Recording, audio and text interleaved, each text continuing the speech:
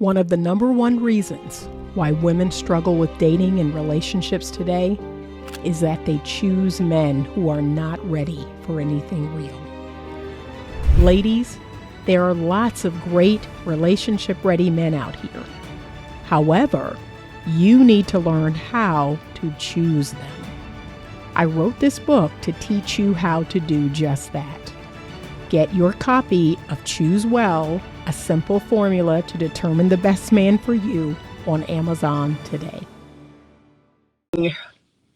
I am leaving Starbucks, and y'all, I have a resolution to give up Starbucks, and I'm not going to start at the first of the year. I'm going to try to start at the 1st of December.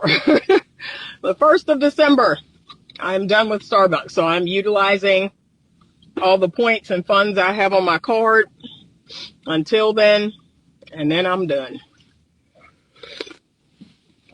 All right, so today I want to talk a little bit about the modern day world doesn't want you in love.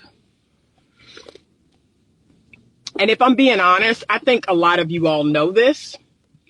And when I say a lot of you all, I mean the people who are actually looking for love, right? There is a small percentage of us that are actually looking for love. We're actually looking for our person. We want to be with that one person that gets us, that we get, that we can share a life with, that we can have a family with, that we can share a home with, that has our best interests. We have their best interests. That's actually a really small percentage of us today. Most people have completely given up, or they don't believe in it. So, gosh, can I put a number on this? Can I put a number on it? Let me see if I can put a number on the people that actually want something real. Oh, yikes. It's like 25%. It's like 25%. Maybe 30%. No, maybe more than that. Let me not be so, maybe 40%. Unfortunately, it's not the majority, but I would say maybe 40% of us actually want something real.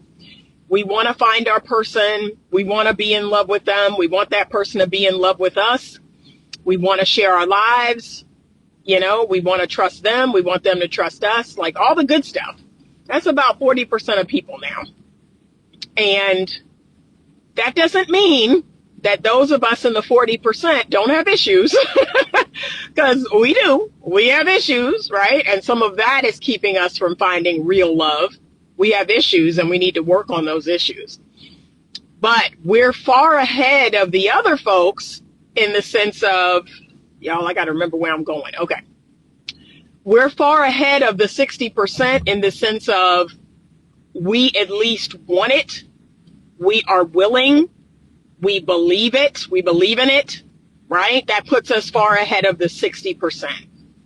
And because I believe if you find somebody in the 40% and you say, hey, you've got some issues that you need to work through so we can have this amazing love, so we can have this amazing relationship or marriage, I believe that person is more willing to do that work. They are more willing to invest in that process. But the nihilistic folks, no. The fatalistic folks, no. The people who don't even believe it's real, no. They won't do that work. They'll be offended that you even suggested it. And they don't know how to do that work. So no, they're like, you know, I'm not looking for that. I'm not looking for something real. I'm not looking to fall in love. I'm not looking to get married. I'm not looking, you know, they're just not. That's an honest assessment. Good morning, Melissa. Okay, so these are the people that you actually need to avoid. I'm going to give you a tip. I'm going to give you a tool, and you can use this tool if you're a man or a woman. But here's the thing about this tool. You're going to have to be brave. You're going to have to be vulnerable. So if you're not willing to be brave or vulnerable, then you stand a pretty good chance of running into someone in the 60% and getting caught up with their foolishness. But if you are brave, if you are vulnerable, this tool is going to help you flesh out those people very quickly, very quickly. Okay? But I'm working with women right now that aren't willing to use this tool. They're not using the tool. And I'm like, that's the problem.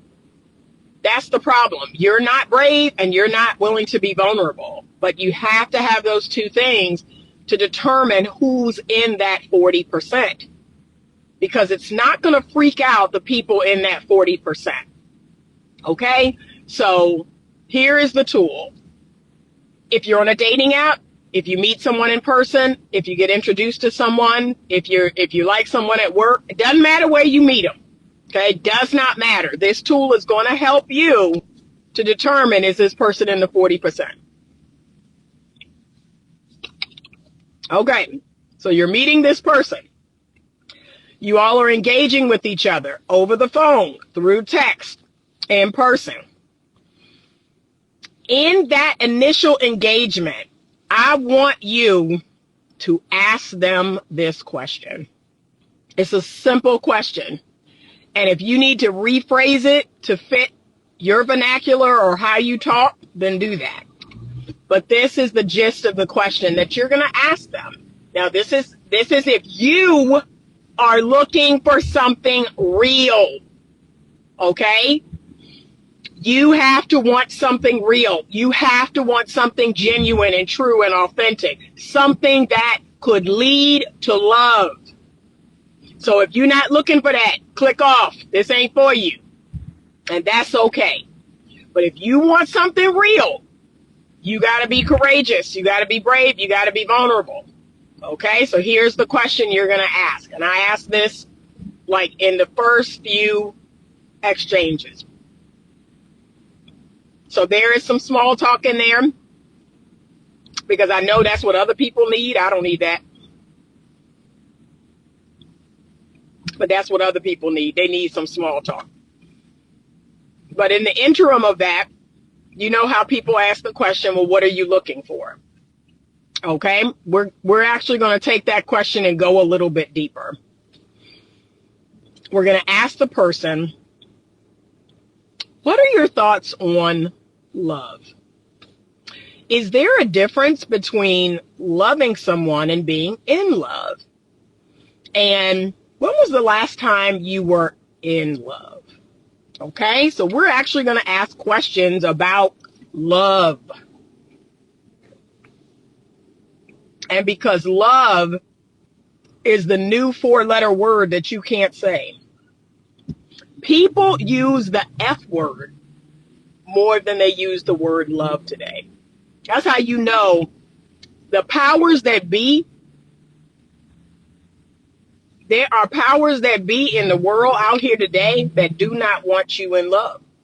They have made it easier to use the F word than to say the word love.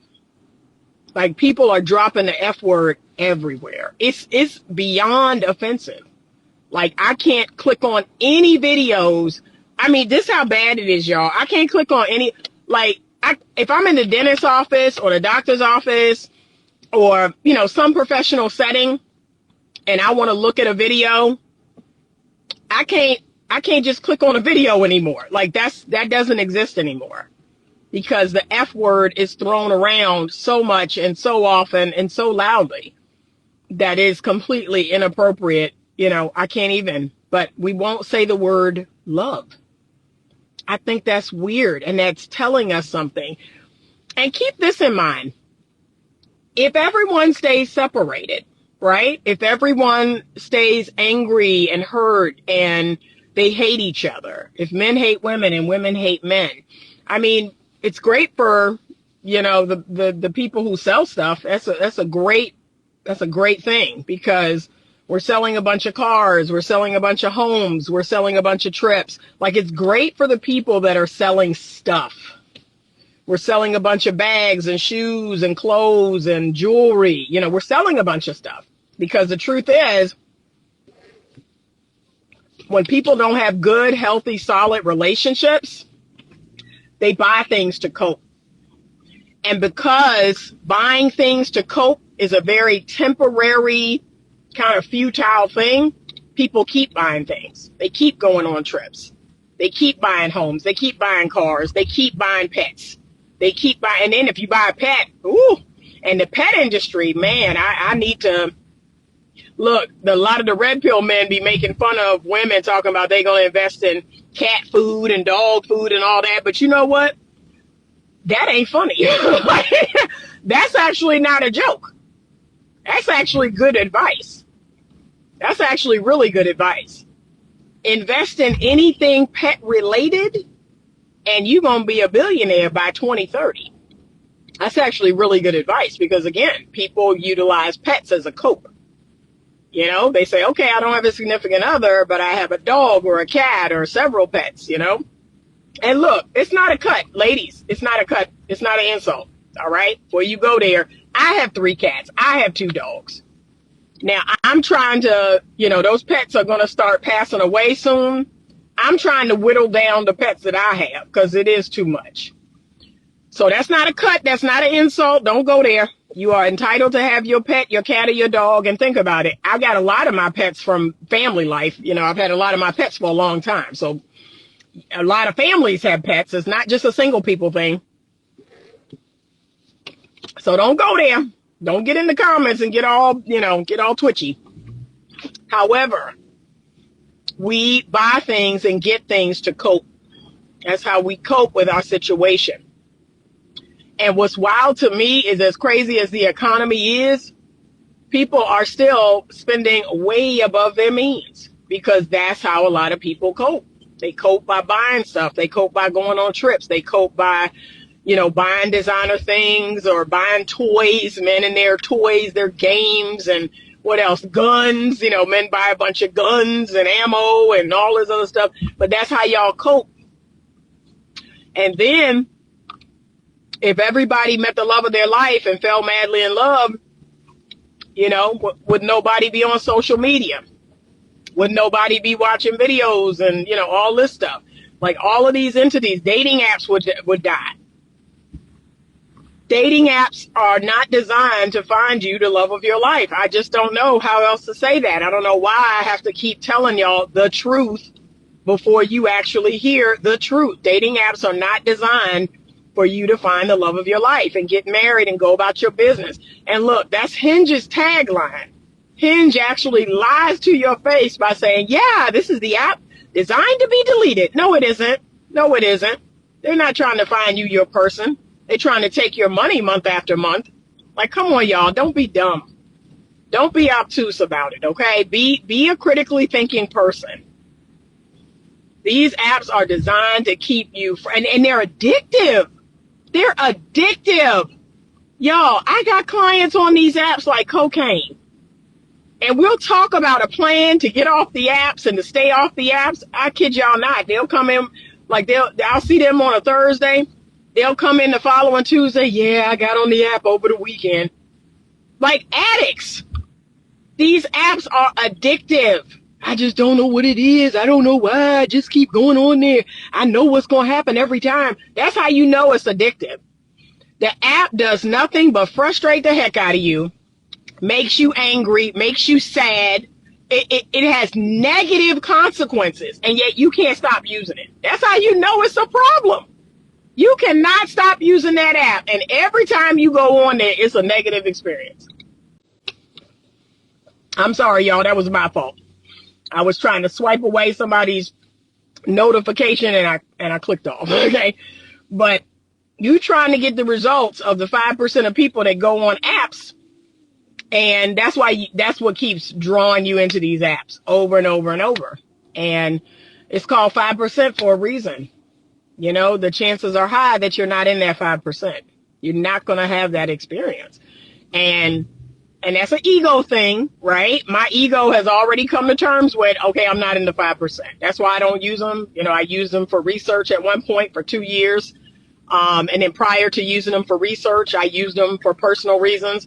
And again, I didn't meet my husband on there. I didn't even meet men. You know, I met two men that I would consider to be friends.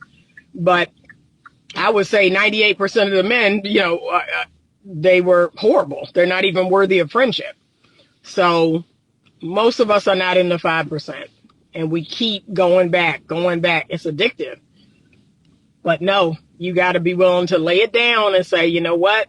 This is not designed to help me meet the love of my life. This is not designed to help me find my husband or my wife. You know, I'd be better off being introduced by a friend, meeting someone at work, meeting someone, walking up to them in a store or in a social setting, joining meetup, joining church. I don't know. You know, there's lots of ways to meet people. I meet people everywhere. You'd be better off doing that than the addictive app. But most of us can agree that the app experience is a very negative experience. It's not a good experience, but we keep going back over and over and over. So just understand the powers that be. I mean, they love it. They love what's happening. They love the gender war. They love the fact that women and men absolutely hate each other. They love the fact that, you know, they're both pointing the finger at each other and they think that the other is the worst of the two. Okay, there we go. They're loving what's happening because they're getting rich. Like they are getting rich off of y'all's nonsense. They absolutely love it. And so, you know, yeah, there's a couple of things I want you to try to buy stock in. Buy stock in dating apps. Buy stock in, you know, pet stuff and the other things that people are going to buy to cope. You know, their stuff, their cars and their phones and their technology and all of that. Yeah, please buy stock in all of that because that's what people are going to use to cope with the fact that, man, I'm really missing love in my life. I'm really missing being partnered or having a family. Like, buy stock in that stuff and all the stuff that people are going to use to cope with their situation. Yeah, because as long as this thing continues, those people will get richer and richer and richer. And you got dating coaches that would be put out of business. You know, I would be put out of business. I work with married folks, so I don't think I would be completely put out of business because I do work with married folks on working on their marriage. And, you know, I want to see marriages grow and thrive. My goal is not to break up anybody's marriage, but if I see that the relationship is toxic, if I see that the relationship is crappy, like I'm not trying to keep that together. So either you're willing to grow or you're not willing to grow. Thank you so much, Alston Lady. Your presentation is beautiful. Your look. Thank you so much. So just understand the powers that be, you know, love, they've turned love into the dirtiest word. They've turned the F word into a perfectly acceptable like word. Now, I no longer work in corporate. I'm really curious. And sometimes I'll ask my friends like, hey, can I ask you a question? Is it acceptable to use profanity in the corporate workspace? I'm really curious about that. So if anybody's on this live and you work in the corporate workspace, I want you to answer that question for me. I'm genuinely curious. Can you be in a meeting and use profanity? Like, can you use the F word? I'm serious. Like, I'm not trying to be funny. I actually want to know. If you work in a corporate or professional environment, can you use profanity in the workplace? And so let me differentiate. It's one thing to be talking to a colleague one-on-one. I'm talking about like out in front of people. So in a work function, in a meeting, right? Can you use profanity? I'd just be curious to know that. Okay, if you work in a professional setting, that has got me, like my brain is really curious about that because I'm like, we have normalized this. We have normalized the use of profanity. And I just wonder if it has trickled down into the more high-end environments, the corporate environments. I'm just curious about that. So if anybody's on here and wants to answer that in the comments, I would appreciate it. And we've normalized it so much that women feel very comfortable throwing the F word around. I can't even imagine a world where I would use the F word in a sentence. Like, I don't want to live in that world, right? I want to be a lady all day. I want to be highly regarded and respected. I want to respect myself. Okay. And that's just like, I don't want to live in a world where I wear a sheer blouse where, a sheer blouse without a bra, or even with a bra. Like, I don't want to live in that world.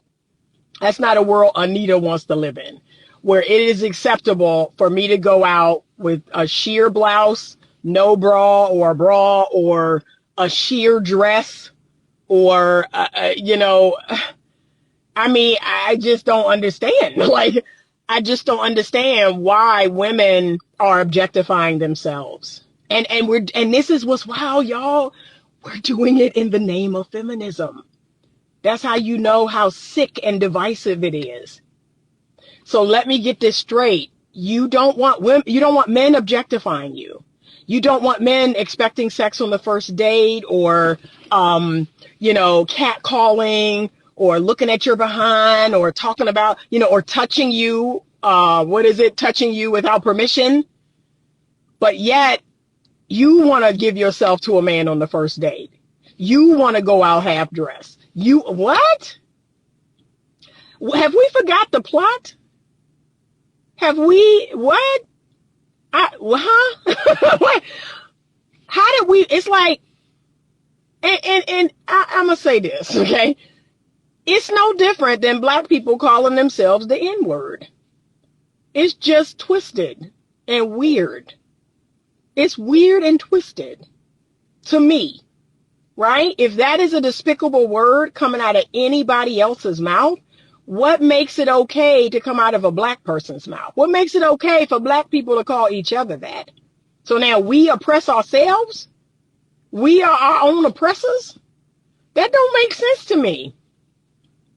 So we are so far away from the original reason for feminism. That's why I don't align with it.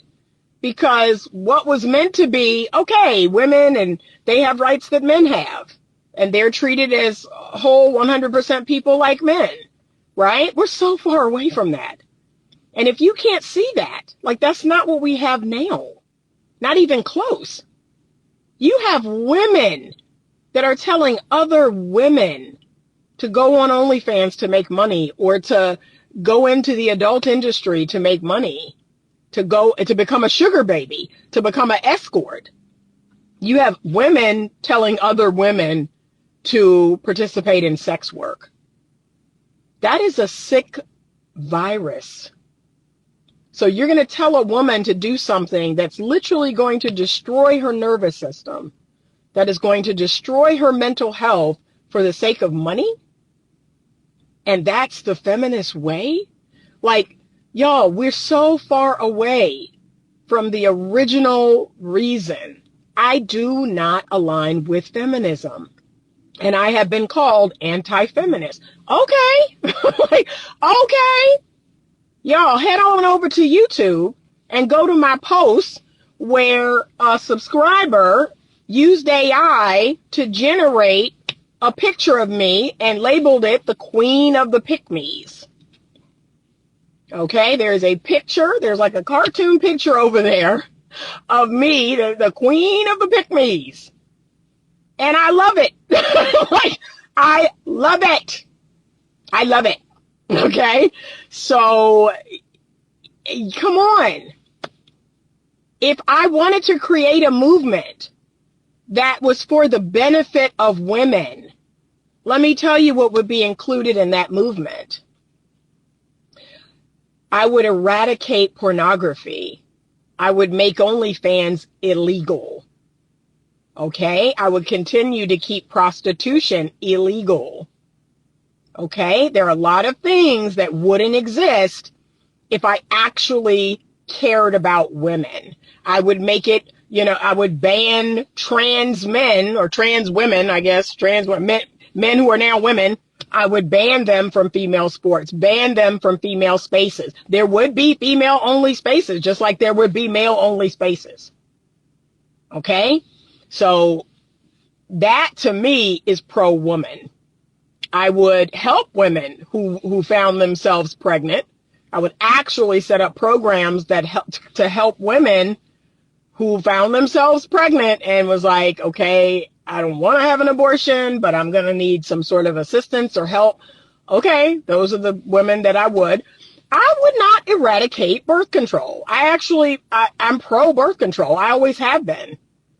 And if I'm being honest, y'all don't use it enough. Like, that's the part that I'm confused about. Y'all don't use birth control. You think abortion is birth control. So I might eradicate abortion, but birth control would be on every corner. Because can I be honest? I'm not the moral police.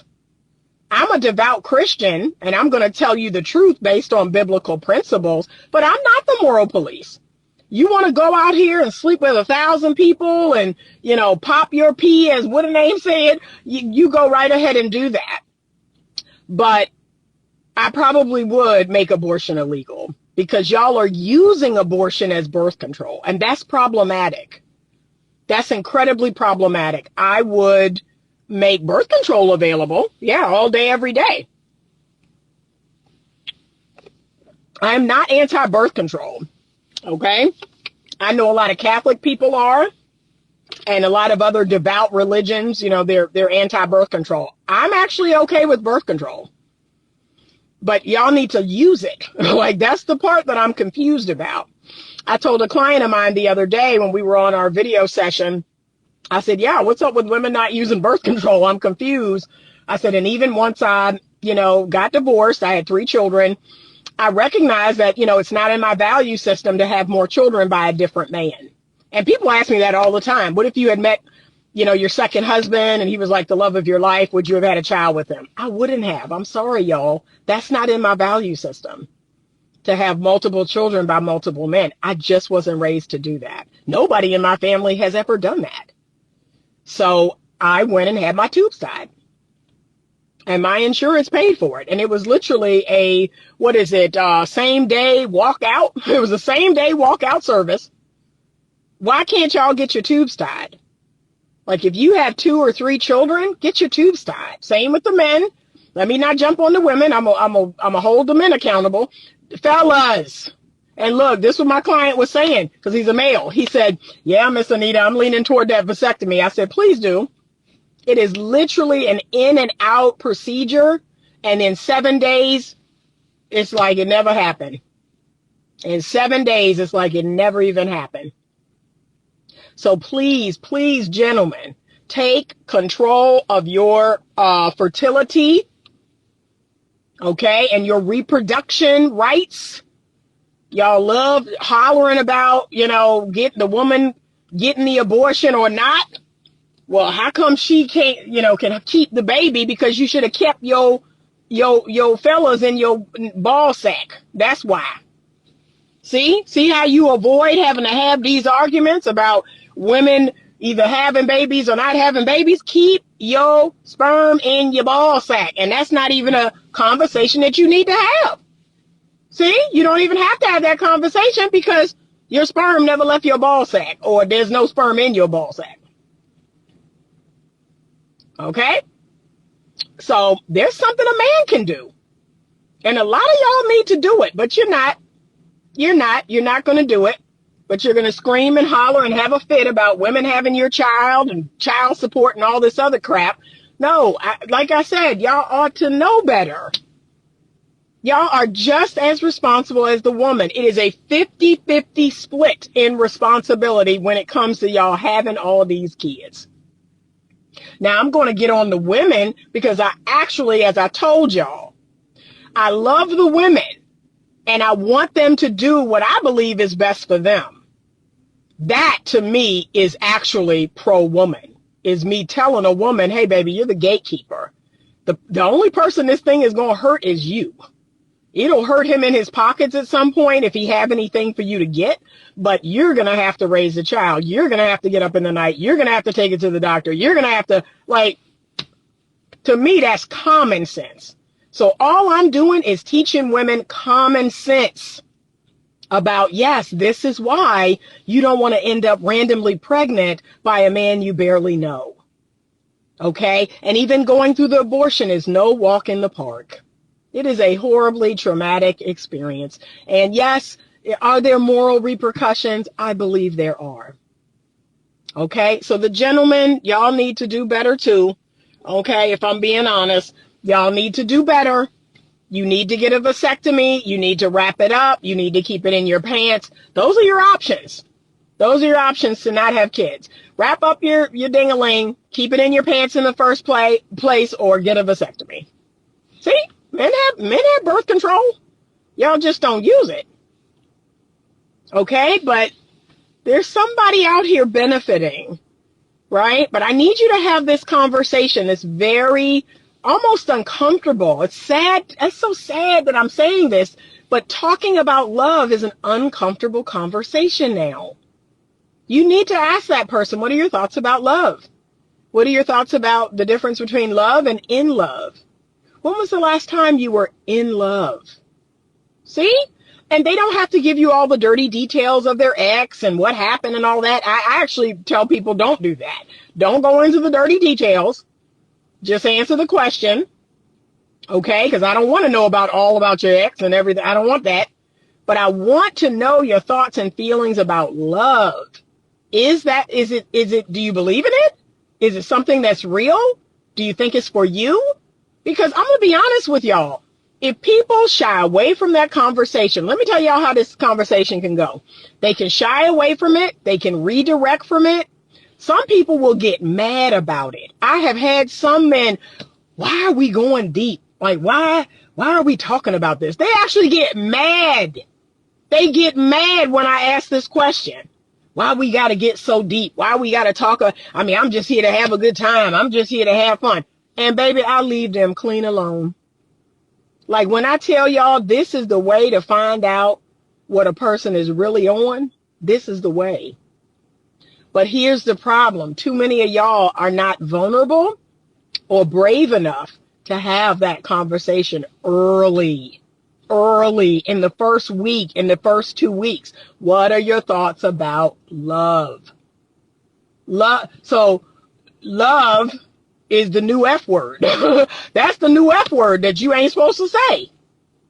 You're not supposed to talk about love. You're not supposed to ask people about love. What's the difference between love and in love? Have you ever been in love? Do you believe in love? You're like, you can't even talk about that. But you can get on, God's internet and say the F word 1,000 times on Instagram, on YouTube, on TikTok, on Facebook. Like I said, I can't even open those apps out in public anymore and watch something on my phone because of all the F-bombs flying all over the place. It is absolutely insane.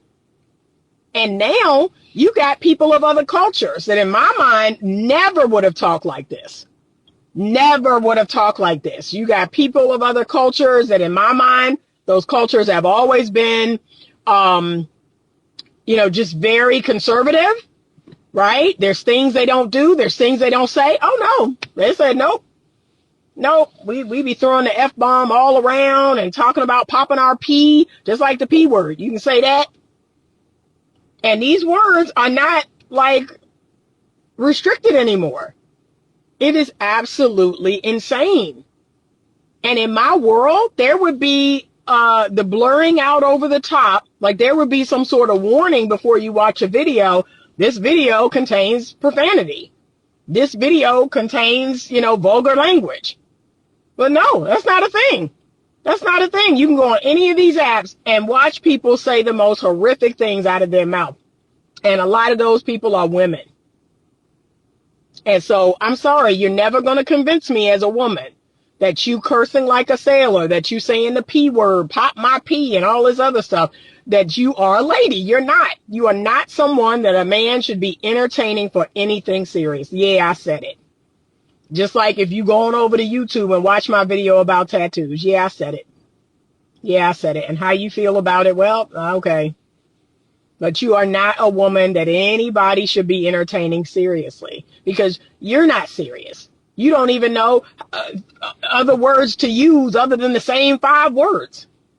You use the same 5 words over and over and over and over. You don't know any other. And it's funny because now I will listen to podcasts and I kid y'all not, I count the number of times that profanity is used in a podcast. And then I imagine a world where you just remove that one word. You just say the sentence without that one word. Yeah, I told my effing father that if he effing ever came over here and tried to start some S, that I was going to effing F him up. What? What? Huh? Lord. She says society is so low vibrational. The real Miss Lady Di. Yeah.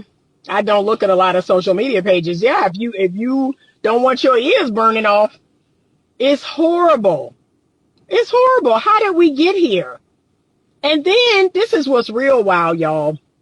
I have doctorate professionals where every other word coming out their mouth is the F word, an MF. F, MF, S, H, D. I mean, every other word. And you mean to tell me you got a doctorate? You got one of the highest forms of education in our land, and you only can use 5 words?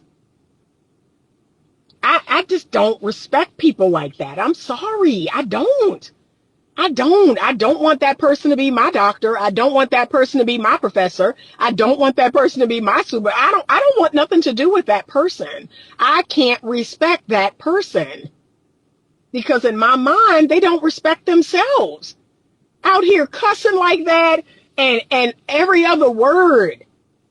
You don't know any other words? You done went through all this education, all these degrees, and you don't know any other word? No, I ain't buying it, y'all. I'm not buying it. I ain't buying it. I ain't buying what you selling. But know this, somebody's getting rich. And so what I've been doing, because I'm getting ready for 2026, I've been looking at my investment portfolio and I've been looking at different companies to invest in because I'm going to switch some things up.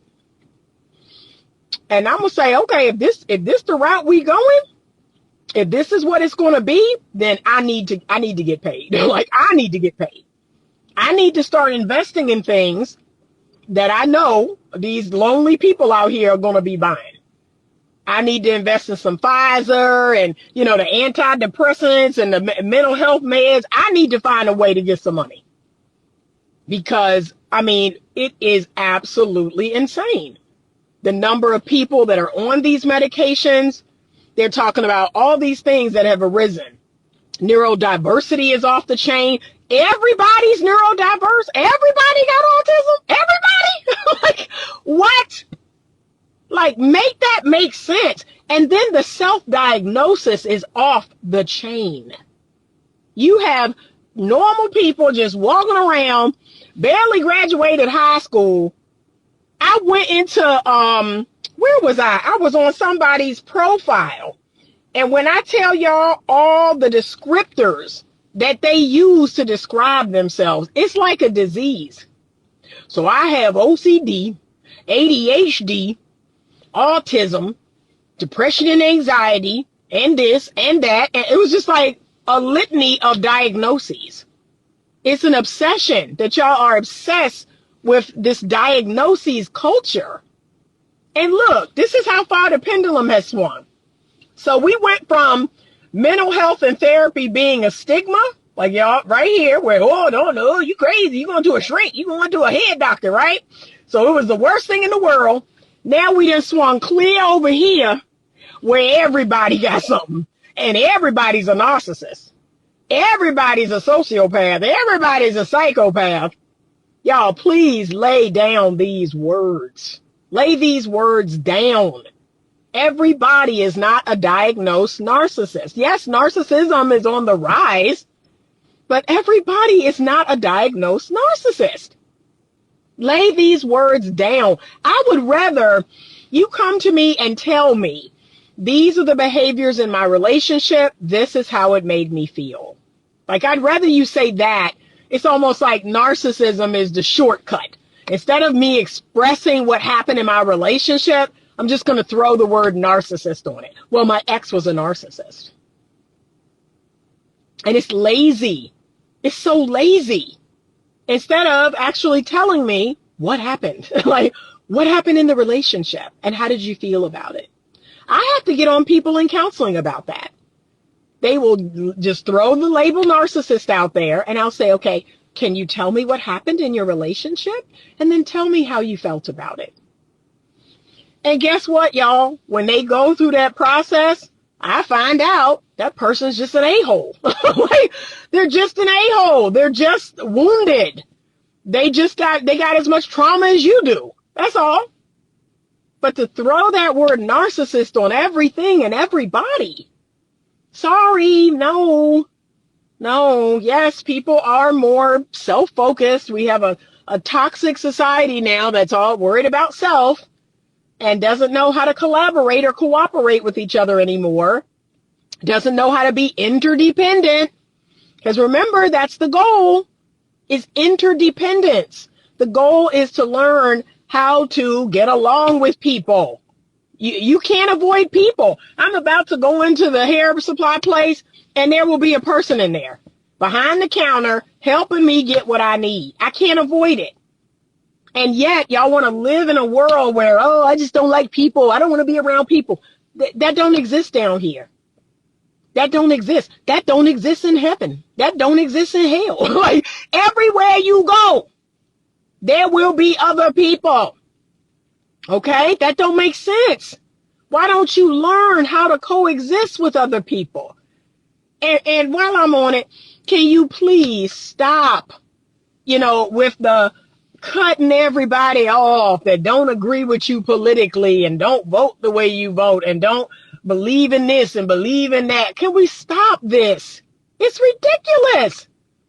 We are the least tolerant society ever.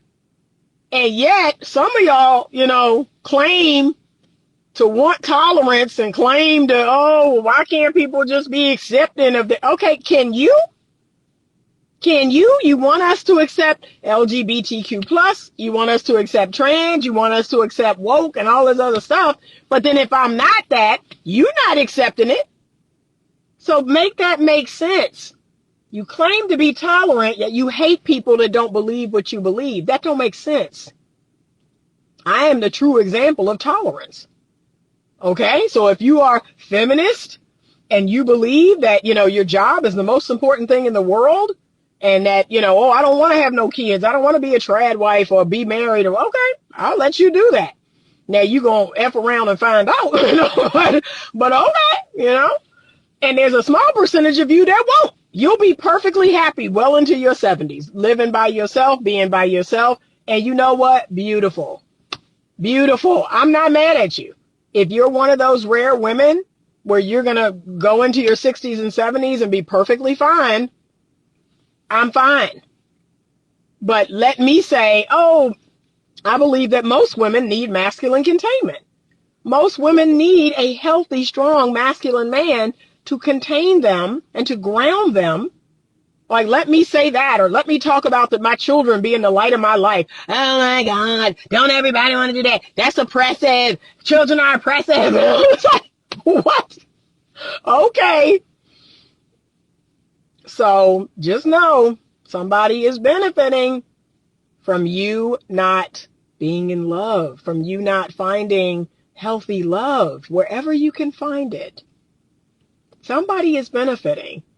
And I'm going to do my best to look into whatever I need to look into. So if I need to benefit, because if y'all, regardless of my teaching, regardless of what I'm trying to do and trying to help, if y'all don't want it and don't like it, okay, let my pockets get fat. Let me invest in some things that y'all are going to run to cope with your situation. Let me invest in it. Let me make some money off of it. Because I want everyone to find their person. I want everyone to find healthy love. I want everyone to find their person. I want every single person to experience what that is like. And remember, there's a difference between hurt and harm. There is a difference. You will experience hurt as long as you're alive and breathing. You will experience hurt. It's harm that we want to avoid. That's what people don't recognize, is the difference between hurt and harm. The difference between hard and abuse. I don't want anybody landing in an abusive, toxic relationship. But the relationship will be hard. There will be times where the relationship will be hard. I'm sorry.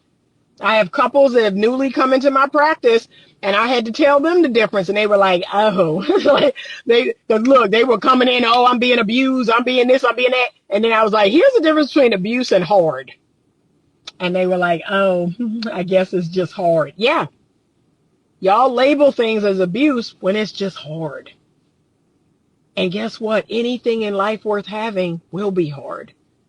It will be difficult. That's a part of the process of growing you up and helping you to mature. Okay? It actually is a reason why things are hard, because you need to grow and mature and expand your capacity and become resilient. All right? That's why. Like, I have to express that to people. Like, why is it like this? Because you have to grow. You wouldn't grow. You would stay a little itty bitty baby emotionally if things weren't hard at times. Okay? So I just wanted to share this with you all. That's my tool. That's my tool that I give to people who are looking for something real. In the first week or two, you address love. You ask questions about love and that person's perspective on love. Now, if you do not get a good response, if it is avoided, if it is redirected, if that person gets angry, if they answer the question with a question, that's your answer. Abort the mission and go about your business. Because if you keep going, you are engaging with a person who doesn't want real love, who isn't genuine in their pursuit of love, who doesn't believe in love. Okay? And that's on you. That's now on you. But that's where a lot of you all are landing. You keep dealing with these people who are not capable of love. They're not capable of loving you. They don't have the capacity. So that's on you. But I'm giving you the tool. But I've seen it unfold in real time. I've seen men redirect the conversation, answer the question with a question, get mad that I'm asking the question, right? All these different things in the way that they answered. And I was like, yeah, I'm good. I'm completely good. No, thank you. Because I'm going to be honest, one of the first things that I assess is, does a man have the capacity to love? And why would I deal with him otherwise? Like, if he doesn't even have the capacity to love another person. And let me tell you another little secret. Some men only have the capacity to truly love once. So you have to be very careful, ladies, because there are a lot of men out here that have been married or been in a love relationship, and when it went south, also their ability to love went with it. They will never technically love another woman the way they love that woman. Like that, they were a one and done. Like, my ability to love left with my first wife. My ability to love left with my first girlfriend or whoever the woman was that they loved. If that didn't work out, it's a done deal. That man has already set it up in his mind that he will never do that again. He will never make himself vulnerable again. He will never truly love another woman again. And I hate to break it to you, but you're on the losing end of that. That's a losing battle, trying to love a man who will not love you. That's a losing battle. But I assess for that early, and you can hear it. You can hear the bitterness. You can hear the hurt in their voice. You can tell. And I'm like, well, oh, well, this man don't even have the capability to love. What I look like messing with him. So unless you want something fun and casual, okay, have at it. Because that's all you're going to get out of him. You're not going to get anything real. You're not going to get anything authentic. That's all. All right. I hope this was helpful. Thank you so much for watching. Remember, I'm taking a break in December. I'm going to keep making content until the 1st. And my hope is that I'll batch some content. So I'll have some videos to let out in December. But I'm not going to let many videos out in December because, like I said, it's going to depend on how much content I can make before then. And then I'll be back in January. I'll see y'all in the new year. So I'm going to take this much needed break. And I've been encouraging other people to do that too. So, all right. But y'all have to address that early on, because if not, you're playing a losing game. All right. Have a great day. I appreciate you all. And as always, stay open to love.